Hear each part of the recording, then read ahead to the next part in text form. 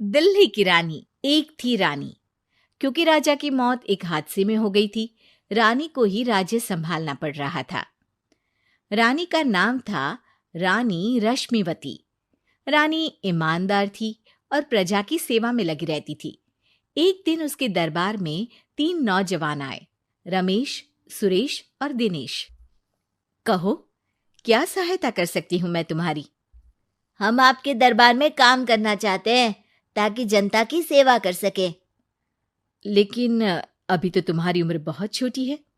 तुम लोगों को तो अभी अपनी पढ़ाई पर ध्यान देना चाहिए। हमारा मन पढ़ाई में नहीं लगता। माता पिता को लगता है कि हम किसी के लायक नहीं है और हम साबित करना चाहते हैं कि हम लायक हैं। उत्साह बहुत अच्छा है, मगर अभी उम्र कच्ची है तुम लोगों की। अरे उम्र से क्या होता है रानी जी? शास्त्रों में लिखा है कभी किसी के ज्ञान को उसकी उम्र के आधार पर नहीं देखना चाहिए। बात तो सही है तुम्हारी। और अगर सच में तुम अगर ये संकल्प करके आए हो कि तुमको यहाँ काम करना है, तो पहले परीक्षा देनी पड़ेगी। 3 परीक्षा, एक शारीरिक परीक्षा, एक बुद्धि की परीक्षा और एक देशभक्ति की परीक्षा। और ये क्या है? वो मंत्री महोदय तुम्हें समझा देंगे। हमारे पास समय नहीं है। अगर तुम लोग तैयार हो तो बताओ। हाँ हाँ, हम तैयार है किसी भी परीक्षा के लिए। मैं भी तैयार हूँ कुछ भी कर गुजरने के लिए। तो ठीक है मंत्री जी, आप इन तीनों की परीक्षा कल से ही शुरू कर दीजिए। जो आ गया रानी साहिबा। अगले दिन से ही तीनों की परीक्षा शुरू हो जाती है। पहले शारीरिक परीक्षा, यानी किस में कितना है दम, ये देखेंगे हम। क्योंकि शरीर में दम होगा तभी तो प्रजा की सेवा में दम लगा पाओगे। हमें क्या करना होगा? वो पेड़ दिख रहा है, जो सबसे पहले चढ़ेगा उस पे दरबार में नौकरी पाने के अवसर उसी के बढ़ जाएंगे। मैं चढ़ता हूँ। अरे रुको रुको, गिनती गिनने दो। 1, 2, 3। 3 की गिनती के बाद रमेश और सुरेश भागकर पेड़ के पास गए, मगर दिनेश आराम से पेड़ के पास गया। जैसे ही रमेश और सुरेश आधे पेड़ तक चढ़ गए, दिनेश ने उन दोनों की टांग पकड़ के उन्हें नीचे गिरा दिया और खुद पेड़ पर चढ़ गया। दिनेश की जीत हुई। अरे लेकिन इसने बेईमानी की। बेईमानी नहीं की, बुद्धि लगाई। शरीर के दम के साथ दिमाग में भी दम होना चाहिए। क्यों मंत्री जी? हाँ हाँ, बात तो तुम्हारी सही है, लेकिन बात अगर बुद्धि की है तो बुद्धि की असली परीक्षा हम कल लेंगे। शाम को जाकर मंत्री रानी को सब बता देते हैं। यानी दिनेश उन सब में ज्यादा होशियार है। जी रानी साहिबा। अगले दिन तीनों की बौद्धिक परीक्षा का समय होता है। आज हमें क्या करना है मंत्री जी? थोड़ा सब्र करो, कल जल्दबाजी में ही हारे थे तुम। सही कह रहे हैं मंत्री जी।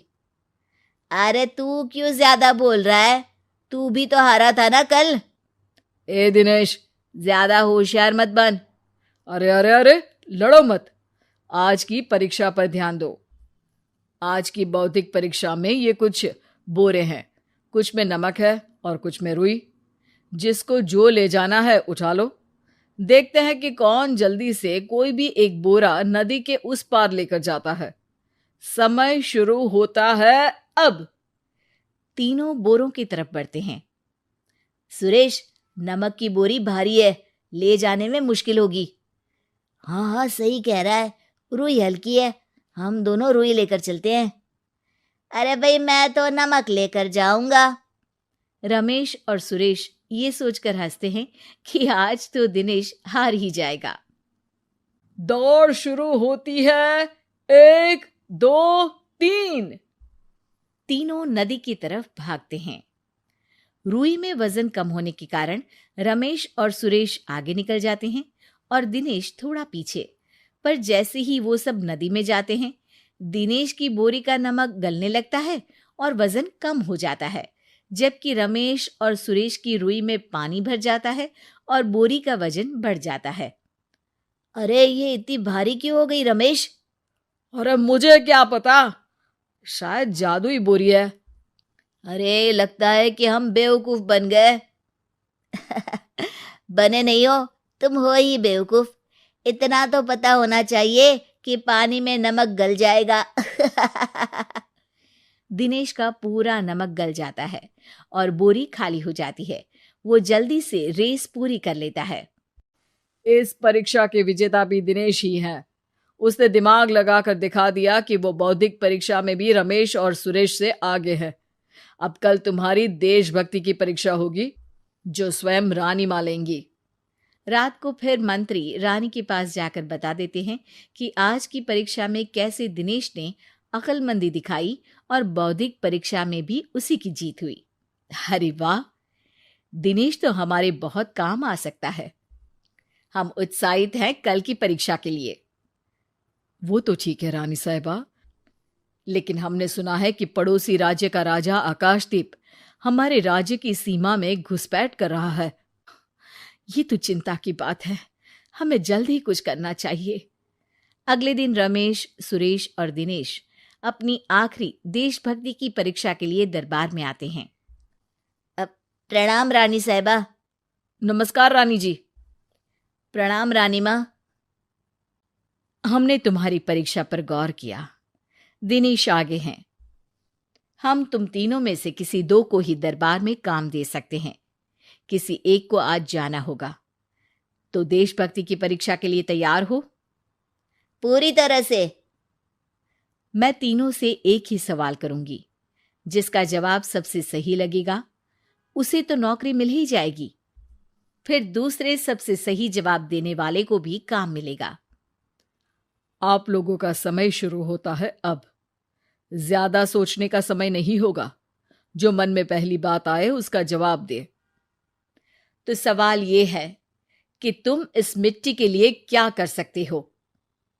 मैं इस मिट्टी को साफ रखूंगा। यहाँ के लोगों के भोजन की कमी को मैं पूरी करूंगा।